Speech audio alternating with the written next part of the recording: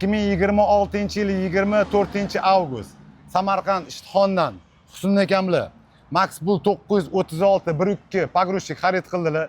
Akamlarga buyursin, aka buyursin. Yaxshilik mining. Aka tilaylaringiz.